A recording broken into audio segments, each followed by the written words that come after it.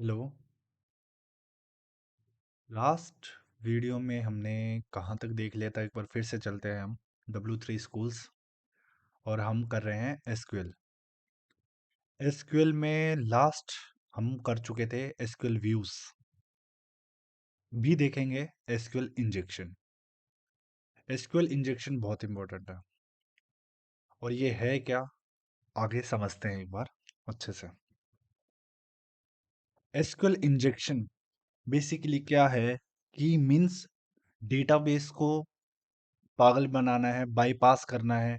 जो भी हैकर्स होते हैं या फिर जिसको किसी का पासवर्ड चुराना है, उस टाइप से ये क्या करते हैं कि मतलब ऐसी स्टेटमेंट पास कर देते हैं धोखे से।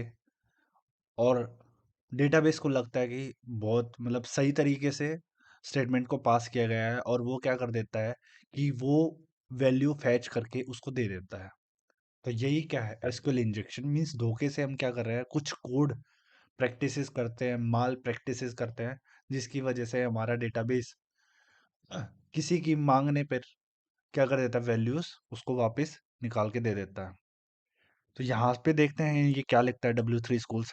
SQL injection is a code injection technique that might destroy your database. Of course कुछ पास करेंगे तो वो डिस्ट्रॉय हो गया, उसके अंदर घुस गया, तो इसका मतलब यही है। तो ये क्या है, एक टेक्निक है जिसकी वजह से, एक वेब हैकिंग टेक्निक बोल सकते हैं आप इसको। ठीक है। कुछ मलिशियस कोड स्टेटमेंट की फॉर्म में पास करेगा वाया वेब पेज इनपुट।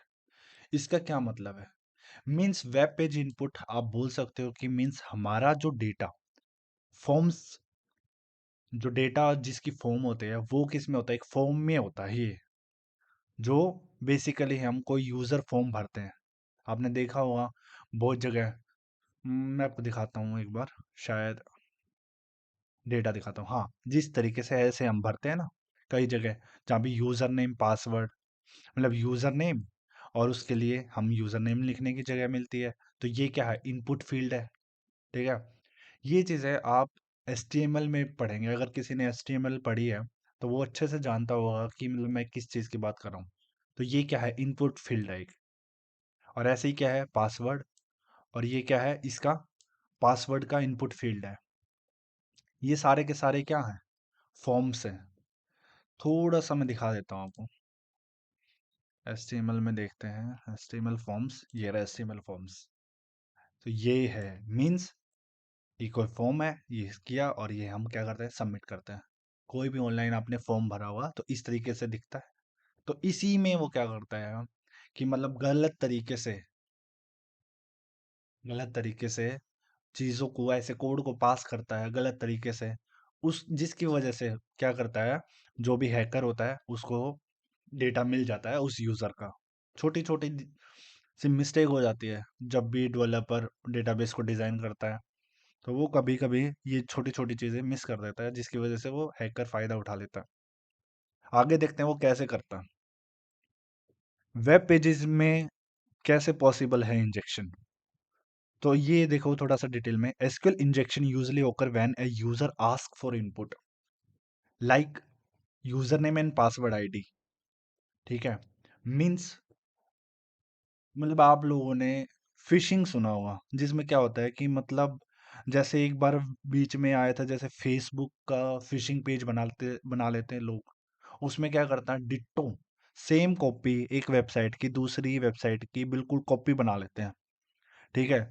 लेकिन एक तो एक्चुअल जो फेसबुक का पेज जो फेसबुक वालों ने बनाया हुआ है, और सेम फेसबुक जैसा पेज कुछ ऐसे जो भी होते हैं हैकर्स वो बना लेते हैं। मीन्स वो वाला कोड हैकर्स के द्वारा बनाया गया है, दिखता बिल्कुल डिट्टो फेसबुक जैसा है। तो उसमें क्या करते हैं लोग, थोड़ा सा कोड को मैनिपुलेट कर देते हैं। अगर बहुत बढ़िया कोई भी यूजर होगा और किसी ने उसको जैसे व्हाट्सएप के थ्रू या फिर स्पैम करने के थ्रू, मेल के थ्रू भेज दिया, और वो जब लॉग इन करके देखता है तो उसको बिल्कुल ऐसा का ऐसा पेज दिखता है, जो कि फ्रॉड पेज होता है। उसमें वो थोड़ी सी कोडिंग चेंज कर देता है, जिसकी वजह से उसको ऐसा लगता है कि ये तो एक्चुअल, जो यूज़र होता है उसको ऐसा लगता है कि ये तो एक्चुअल पेज है, और मैं इसमें डेटा फिल कर लेता हूँ और मैं अपना लॉगिन कर लेता हूँ। जिसकी वजह से दिक्कत हो जाती है। वो जो डेटा यूज़र ने इंसर्ट किया था, वो सारा का सारा डेटा हैकर के पास पहुंच जाता है। अब वो पहुंचता कैसे है वो मैं यही दिखा रहा हूँ कि मीन्स कोई भी हैकर अगर वेब पेज बना लेता है तो वो क्या डिमांड कर रहा है आपसे, वो आपसे इनपुट लेगा, किस फॉर्म में लेगा, इसी फॉर्म में लेगा, ऐसा ही झूठा मूठा फॉर्म बना के वो आपको प्रेजेंट कर देगा, जिसमें आप यूजर नेम और पासवर्ड डाल के सबमिट कर दोगे। आपको लगेगा आप एक्चुअल पेज पे जा रहे हो, जबकि वो अपने ही अपने डेटाबेस में मतलब इस तरीके से फॉर्म बना रखा है, उसके पास वैल्यू पहुंचाएंगे। यही है बेसिक एसक्यूएल इंजेक्शन। ठीक है, यहाँ पे यूजर आईडी आप फिल करोगे, इंस्टेड ऑफ नेम और password user gives you the SQL statement, वो स्टेटमेंट आपको कोड के थ्रू पास कर देता है, और जो हम बिना जाने उसको क्या करते हैं अपने डेटाबेस पे चला देते हैं। होता कैसे, ये थोड़ा सा एग्जांपल देख लो, वो कोड में चेंज करता क्या है, ये उसके एंड से वो बदलाव कर देता है। जैसे ये क्या कह रहा है, ये एक यहाँ पे उसने अपने कोड में ये एक फंक्शन रन कर लिया, क्रिएट किया है, गेट रिक्वेस्ट स्ट्रिंग, और यूजर आईडी किसका, ये आप ऐसे समझो कि जो भी हमारा जैसे फॉर्म है, जैसे ये फॉर्म है, इस फॉर्म का नाम, इस फॉर्म में जो वैल्यू है, इसका नाम क्या है, यूजर नेम है। ठीक है, और इसका क्या नाम है, यूजर पासवर्ड है। ठीक है, इसमें जो वैल्यू आएगी वो इसका नाम है फॉर्म में। ठीक है, वापिस चलते हैं यहाँ पे वापस स्टार्टिंग में, ये एग्जांपल देख लो, ये थोड़ा सा कॉम्प्लिकेट है, आपको थोड़ा सा टाइम लगेगा। इसमें यहाँ पे ये क्या करता है, जब फॉर्म का नाम आ गया इसमें, और ये वैल्यू को वो अपने एक वेरिएबल में स्टोर कर लेता है। इसने यहाँ पे क्या लिया है, टेक्स्ट यूजर आईडी। ये सारा काम कहाँ पे हो रहा है, उसके वाले पेज पे हो रहा है, क्योंकि उसने बैकएंड में ये कोड रन कर दिया है, ये कोड चला रखा है। ठीक है, ऐड कर रखी लाइन है, और ये जो वेरिएबल है उसकी वैल्यू अब इसने यहाँ पास कर रखी है। देखो, टेक्स्ट यूजर आईडी और टेक्स्ट यूजर आईडी, और ये देखो ये क्या बन गई, ये select star from users where user ID equal करके, हमारा जो भी यूजर ने बंदे ने जो भी यूजर आईडी डाली थी, ये कहाँ से आ रही है वैल्यू, ये फॉर्म वाले फील्ड से आ रही है। जो हमारा ये फॉर्म है, इस वाले फील्ड से वैल्यू यहाँ आई, यहाँ से उसने वेरिएबल में स्टोर किया, वेरिएबल से स्टोर करने के बाद यहाँ से ये वाली क्वेरी उसको मिल गई, और उसने रन करके सारा डेटा इसमें रख लिया।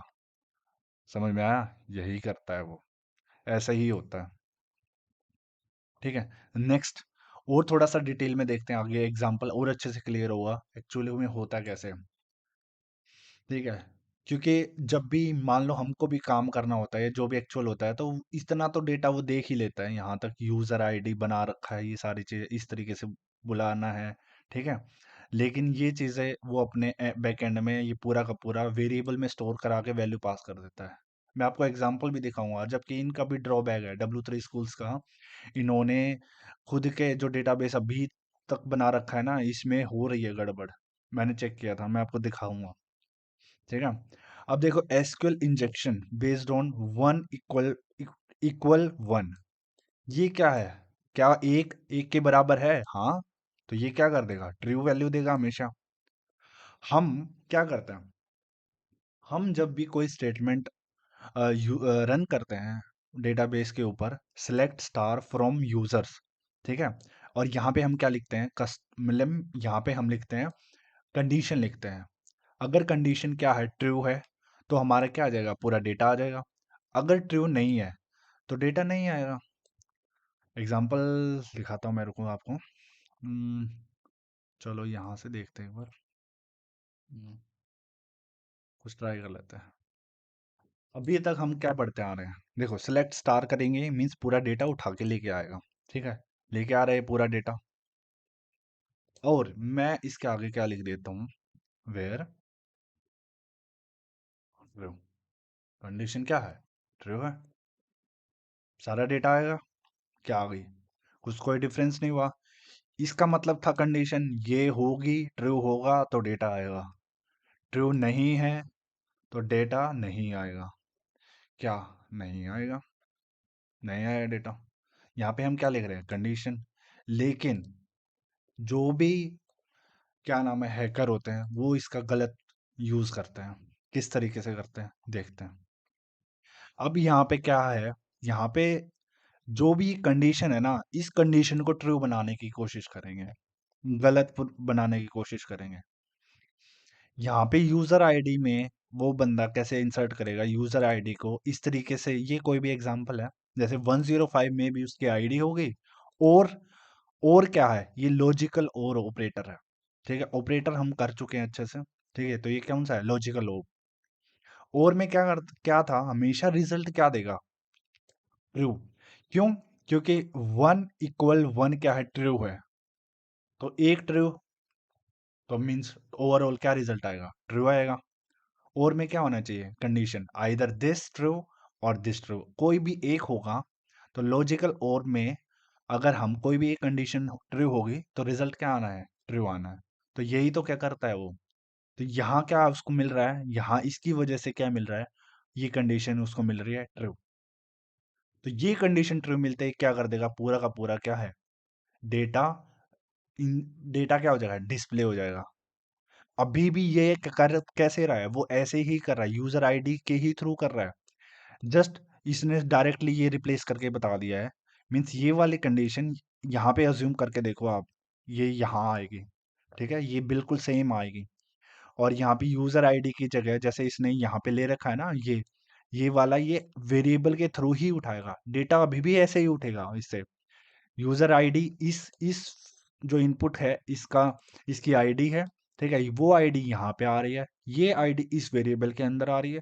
और फिर ये क्या कर रहा है, इस पूरे को एक कंडीशन बना के एग्जीक्यूट कर रहा है। ये इसने W3 स्कूल ने यहाँ पे सीधा डायरेक्ट लिख दिया है। होगा वो कोड पूरा का पूरा, वो अपने बैकएंड में ये लेके बैठा हुआ है। ठीक है, और ये कैसे है, अब मैं दिखाता हूँ आपको ये W3 स्कूल ने क्या किया हुआ। ये देखो यहाँ पे, ये इनका ड्रॉबैक है, हालांकि पता नहीं इनको पता है कि नहीं।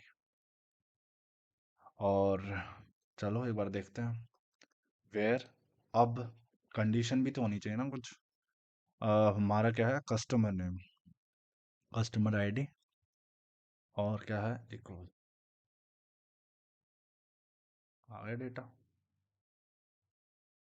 सारा का सारा डेटा क्या कर दिया इसने, यहाँ पे क्या किया है, कस्टमर आईडी बेशक हो, लेकिन ये कंडीशन क्या बना दी, पूरी की पूरी ट्रू बना दी है। पूरा डेटा आ गया है बिना कोई आईडी के, हो गया लूप होल।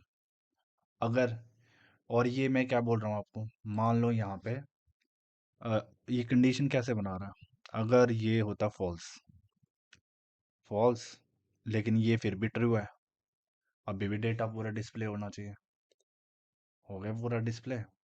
लेकिन अगर ये कंडीशन, क्योंकि और की बता रहा हूँ मैं आपको, अगर ये भी फॉल्स हो तो क्या डेटा डिस्प्ले होगा, नहीं होगा, नहीं होगा, नहीं हुआ। तो ये क्या है, ये हम एसक्यूएल इंजेक्शन कर रहे हैं गलत तरीके से, गलत तरीके से कंफ्यूज कर रहे हैं किसको, डेटाबेस को, फॉल्स वैल्यूज डाल के डेटा को फैच कर रहे हैं। ऐसे ही क्या करते हैं, हैकर्स करते हैं। ठीक है, नेक्स्ट देखते हैं हम। नेक्स्ट इसमें इन्होंने क्या किया हुआ है, आ, ये हो गया SQL injection based on 1 1 = true. ठीक है, ये किस तरीके से बना रहा है, और के साथ अगर 1 1 लगा देगा तो भाई कंडीशन जो पूरी है ना, ये पूरी कंडीशन ट्रू बन जाएगी। यही है, यही वो बोल रहा है पूरा। उसके बाद SQL injection based on equal, equal रखा है और उसके बाहर इन्वर्टेड डबल लिखा है, ये भी क्या होगी, ट्रू होगी। कैसे होगा, सेम वही कोड, कोड ऐसे लिखेंगे हम, जैसे इसने अलग अलग कर लिया। अब हमारे पास दो इनपुट फील्ड्स होगी, ठीक है, एक यूजर नेम और एक पासवर्ड के लिए। तो अलग से उसने ये कोड लिख लिया और इसको फिर आगे इस तरीके से मैप कर लिया। ठीक है, और जब रिजल्ट एग्जीक्यूट होगा तो किस कैसे करेगा, कि देखो ये वाली वैल्यू ये आ गई इधर, ये कहाँ गई, एक हुआ कैसे, ये यहाँ से यहाँ, यहाँ से यहाँ, यहाँ से फिर यहाँ पे। ठीक है, ऐसे ही माई पास कैसे हुआ है, यूजर पासवर्ड के पास गया, यूजर पासवर्ड का यू पास के पास, यू पास के पास, फिर यू पास के पास। ठीक है, तो ये क्या हो गया, तो ये एक्चुअल जो भी क्वेरी जो रन होगी ना, तो वो ये रन होगी किसके ऊपर, डेटाबेस के ऊपर। इसी का फायदा उठाते हैं वो। ठीक है, और और कौन सा तरीका है गलत तरीके से, ये देखो। फिर और लगाया, और के आगे कुछ लग रहा है, फिर से कंडीशन ट्रू, और के आगे फिर कुछ लग रहा है, कोई फर्क नहीं पड़ता उसको। ठीक है। वो क्या कर देगा, कंडीशन ट्रू कर देगा। मैं आपको ये भी रन करके दिखाता हूँ। हम्म, चलो ये देखते हैं। और और ये इनका डेटाबेस पे ही रन करेंगे। कस्टमर नेम, और ये कर देते हैं पेस्ट। ठीक है। और रिजल्ट क्या आना चाहिए, रिजल्ट कुछ दिक्कत क्या है?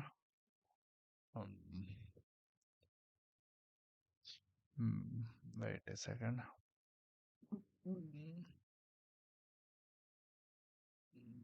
ये हमने पूरा कॉपी नहीं किया क्योंकि वो डबल है। इसको एक कॉलन छोड़ दिया, तो ये आ गया हमारा पूरा डेटाबेस। ठीक है। और हमने कोई आईडी डाली, कोई आईडी नहीं डाली, यहाँ पे भी कोई आईडी नहीं डाली, बस क्या किया है, कंडीशन को ट्रू बनाया। और के बाद अगर कुछ भी आएगा तो कंडीशन ट्रू। और लिखने का स्टाइल ऐसे होना चाहिए, अगर सिंगल इक्वल लिख रहे हैं हम, ठीक है, तो ये हमारा कौन से कैसे होगा, इक्वल से होगा। और तीसरा जो एसक्यूएल इंजेक्शन होता है वो based on the best SQL statement. Based, जो बैच करके एक साथ अगर एसक्यूएल स्टेटमेंट को एक साथ अगर हम कंबाइन करके लिख दें ना एक ही लाइन में, तो भी कई क्या करते हैं, कई डेटाबेस सपोर्ट करते हैं उसको। तो इसमें क्या है, देखो, select star from user drop table supplier, तो एक लाइन में दोनों काम हो गए, डेटा भी उठा लिया और इसको डिलीट भी कर दिया। ठीक है। तो कई डेटाबेस ऐसे करते हैं। तो इसी तरीके से अगर कोई बंदा ढंग से हमने नहीं मैनेज किया उसको, डेटाबेस को, और वो गलत तरीके से ये कमांड डाल दे इंसर्ट कम इनपुट वाले फील्ड में, देखो यहाँ पे इसने क्या किया, user ID 105 drop table supplier, तो इसने क्या किया, 105 का तो डेटा भी ले लिया और हमारी जो टेबल सप्लायर थी उसको डिलीट करवा दिया। ठीक है। और उसने अपने एंड से क्या इंसर्ट किया हुआ है, ये कोड इंसर्ट किया हुआ है, आईडी ले ली, यहाँ फैच कर लिया, और उसके बाद ये एज इट इज हम वो स्टेटमेंट चला रहा है। ठीक है। यहाँ पे क्या आ जाएगा, इसकी जगह जो ये आईडी है, तो उसकी जगह ही क्या आ जाएगा, पूरा का पूरा जो इसने लिखा है 105 से ड्रॉप, मतलब यहाँ से यहाँ तक ये रन हो जाएगा पूरी की पूरी स्टेटमेंट के साथ। समझ में आया? तो ये हमारा डेटाबेस में चल जाएगा। तो इसीलिए तो वो पहली लाइन क्या बोल रहा है, एसक्यूएल इंजेक्शन क्या करते हैं, डिस्ट्रॉय कर देते हैं डेटाबेस को। वैल्यू लेके मान लो ड्रॉप डेटाबेस कर देता, पूरा क्या हो जाता, डिलीट हो जाता डेटाबेस। मैं यहाँ पे कुछ एग्जीक्यूट नहीं कर रहा हूँ इनका, क्योंकि इन्होंने जो डेटाबेस बना रखा है वो अपना रीड ओनली बना रखा है, तो हम उसके साथ चेंजेस नहीं कर सकते। आप ये रन भी करोगे तो आपको दिक्कत आएगी, एरर शो करेगा। अब बात आती है, हो गया, ठीक है, मैंने आपको करके भी दिखाया एसक्यूएल इंजेक्शन एग्जाम्पल के साथ, और वो भी W3 स्कूल्स को। पता नहीं ये इनको पता है कि नहीं पता, लेकिन इनके एसक्यूएल के जो है, मैं विदाउट आईडी मैं उसके डेटाबेस को फैच कर पा रहा हूँ। तो ये एसक्यूएल इंजेक्शन है, मीन्स ये एक अनएथिकल वे है कि आप किसी डेटाबेस को एक्सेस कर रहे हो। ठीक है, ये सही चीज़ नहीं है। तो लेकिन इसको अगर मतलब जो भी है ऐसे हो पा रहा है, तो उसको प्रोटेक्ट कैसे कर पाए, तो ये प्रोटेक्शन के लिए भी एसक्यूएल सर्वर, मतलब एसक्यूएल पे मीन्स हम डेटाबेस पे कुछ चीज़ें कुछ अच्छे से हमें कोड लिखना पड़ेगा। ठीक है। यहाँ पे W3 स्कूल्स ने जो भी बता रखा है, वो जैसे ASP.NET पे हम किस तरीके से काम कर सकते हैं। ठीक है। इसमें क्या किया है, मीन्स सबसे पहले बोल रहा है एसक्यूएल पैरामीटर्स की, कि एसक्यूएल पैरामीटर हम क्या कर सकते हैं, यूज कर सकते हैं इसको इंजेक्शन को प्रोटेक्ट करने के लिए। ठीक है। और यहाँ पे देखो, इन्होंने हमको कोड इस तरीके से लिखना पड़ेगा कि हम अपना खुद के तरफ ये कोड लगाएं कि जो इनपुट फील्ड है उसको हमने वेरिएबल में स्टोर किया जो हमारा कोई हैकर कर रहा था अभी तक। ठीक है। लेकिन यहाँ पे हमने क्या लगाया, एट द रेट मार्कर लगा दिया है। ठीक है, एट द रेट लगा के और उसके आगे जीरो लिख दिया। इसका क्या मतलब है, ये एक पैरामीटर है, और इसको हम एग्जीक्यूट कराएंगे कब? साथ में, मीन्स ये चीजें होंगी दोनों एक साथ। ये पूरी स्टेटमेंट ये हम ऑलरेडी लिख के बैठे होंगे, ठीक है। और जब वो पहले वो डायरेक्टली इसको एग्जीक्यूट कर रहा था, जब तक हमारा डेटाबेस इसको एग्जीक्यूट ही नहीं करेगा तो वो रन ही नहीं होगा, वो चलेगा ही नहीं। ये करता रहे कुछ, ये यहाँ से ये सीधी क्वेरी रन होगी ही नहीं यहाँ से यहाँ तक, जब तक हम ये कमांड नहीं चलाएंगे। समझ में आया? तो ये हमारे क्या है, हमारे डेटाबेस पे, हमारे एंड पे इस तरीके से अब काम करेगा ये। हम उसको करने रन ही नहीं करने दे रहे, हम पहले यहाँ वैल्यू लेंगे और यहाँ पे आने के बाद उस वैल्यू को रख के मैप करने के बाद इसको क्या करेंगे, एग्जीक्यूट करेंगे। तो ये वाली आईडी यहाँ आ गई और ये वाली आईडी जो क्वेरी रन होगी वो वाली आईडी यहाँ पे आ गई है, ठीक है। पूरा का पूरा दोनों एक दूसरे के साथ मैप करके हम क्या करेंगे, एग्जीक्यूट कर देंगे, ठीक है। तो नेक्स्ट ये कि ये चीजें किस तरीके से कर रहा है पैरामीटर के साथ, means SQL engine checks each parameter to ensure that it is correct for its column and are treated literally, ठीक है। Not a part for SQL to be executed, उसका पार्ट नहीं है, ठीक है। तो इस तरीके से अब देखो नेक्स्ट इसने क्या किया, मान लो जहां पे कई सारी हैं, जैसे कस्टमर नेम है, एड्रेस है, सिटी है, ये हमारे क्या थे, एट्रीब्यूट्स थे। और ये मान लो हम वैल्यू ले रहे हैं इनपुट से, और देखो इसका टेक्स्ट नेम इसमें चला गया, एड्रेस इसमें चला गया, सिटी इसमें चला गया। और जब हम ये इंसर्ट करवाएंगे इनका पैरामीटर, कस्टमर नेम का पैरामीटर यहाँ 01 के साथ, @0 के साथ, एड्रेस का 1 के साथ, सिटी का 2 के साथ, ये यहाँ पे हम मैप करवा रहे हैं। ये अभी भी नहीं चल रहा है, ये अभी भी रन नहीं होगी जब तक हम एग्जीक्यूट कमांड रन नहीं करेंगे। तो ये क्या है, ये पावर हमारे पास है इसको एग्जीक्यूट करने के लिए। तो ये एग्जीक्यूट होगा, ये मैप होगा, यहाँ से भी मैप होगा और ये यहाँ से भी मैप होगा, और उसके बाद लास्ट में इस कमांड से db.execute, जब एसक्यूएल इंजन चलेगा तभी ये कमांड एग्जीक्यूट होंगे, ठीक है। और ऐसे ही क्या है हमारे पास, सिलेक्ट स्टेटमेंट, ये फिर से बता रहा है वही सेम चीज। एएसपी में हम किस तरीके से करेंगे, देखो डिटेलिंग में काम तो ये ऐसे ही हो रहा है, ये इसने थोड़ा सा ब्रीफिंग में लिख दिया, लेकिन काम है देखो ऐसे ही हो रहा है। ये आईडी यहाँ पे आ गई और इसका पैरामीटर बना दिया। अब देखो इसने जो कमांड जब ये एग्जीक्यूट होगा ये किस तरीके से होगा, ये है एग्जैक्टली। तो command equal to new SQL command, ये वाला एसक्यूएल यहाँ पे पास कर दिया है, ठीक है। और उसके बाद जैसे मीन्स एट द रेट, यहाँ पे बता रहा है command dot parameter add value with at the rate, इसके साथ वैल्यू इसके साथ मैप करनी है, इसकी एट द रेट की वैल्यू और इस आईडी के साथ मैप करनी है, और उसके बाद हमारा एग्जीक्यूट रीडर एग्जीक्यूट कर देगा। ये सारा काम किस पे हो रहा है, डॉट एएसपी पे हो रहा है। अगर हम सेम चीज डॉट एएसपी में इंसर्ट करते हैं, ये अभी तक हम सेलेक्ट कर रहे थे, सिलेक्ट स्टेटमेंट कैसे चलानी है, ऐसे ही इंसर्ट करेंगे वही कमांड के थ्रू, ठीक है। पैरामीटर को मैप कराना है @टेक्स्ट, ये दोनों मैप हो गए, उसके बाद एग्जीक्यूट करवा लिया। ऐसे ही इस टेक्स्ट में देखो, ये इस वेरिएबल में कस्टमर नेम को, इसको एड्रेस को, इसका टेक्स्ट सीट में, सिटी का इसमें चला गया, ठीक है।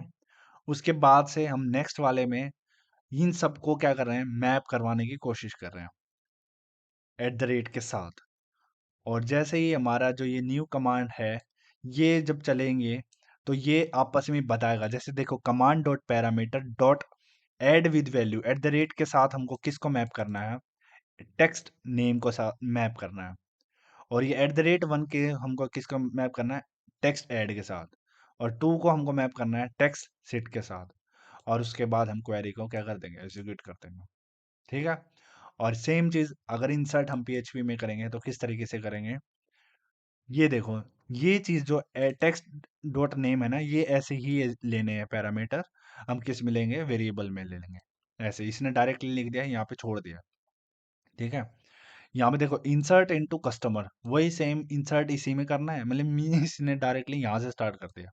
तो ये यहाँ से है, ठीक है, डायरेक्टली स्टार्ट कर दिया। ये ASP.NET में और ये PHP में है, ठीक है। और इसने आगे क्या किया है, बाइंड पैरम, इस हर वैल्यू, हर जो भी लैंग्वेज है ना उनका सबका डेटाबेस पे क्वेरी लिखने का थोड़ा सा डिफरेंट पैटर्न है, तो वो उसके हिसाब से लिखा गया है। ये PHP में है, वो .NET में है, ठीक है। ठीक है।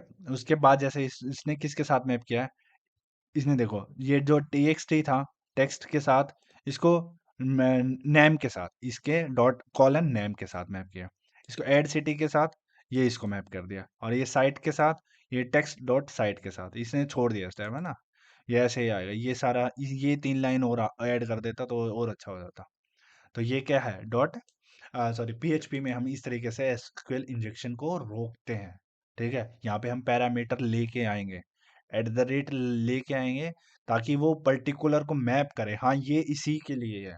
ठीक है, और डायरेक्टली वो उसको रन नहीं करने देगा जब तक ये एग्जीक्यूट क्वेरी रन नहीं होगी हमारे सर्वर के ऊपर। हमारे सर्वर पे एग्जीक्यूट क्वेरी रन होनी चाहिए हमारे एंड से। ठीक है, उसके बाद देखो हमने एसक्यूएल इंजेक्शन देख लिया है, और नेक्स्ट वीडियो में हम एसक्यूएल होस्टिंग देखेंगे।